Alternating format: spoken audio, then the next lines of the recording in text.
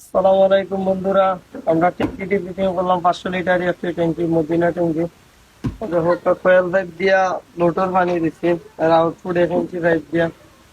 ও দেখো কারেভেন কোম্পানির gate bulb লাগাইছি, খুব হেভি গেট বাল্ব, কত মজবুত দেখতে পারো, অত সহজে ভাঙতো না। ও দেখো কোনো আমরা বন প্লাগ লাগাইছি, ওদিকে একটা ফ্যান, পরবর্তীতে পাশে একটা বাথরুম আছে, এটা পরবর্তীতে করবো।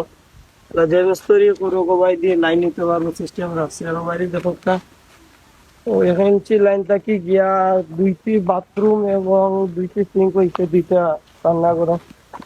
ও যে ওটা যেটা দেখাইতেছে সিঙ্কল লাইন, আর সবাই দিয়ে আইছে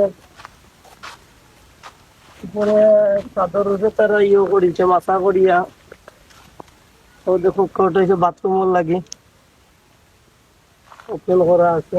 আরো বাইরেও আর একটাও সিঙ্কল লাইন।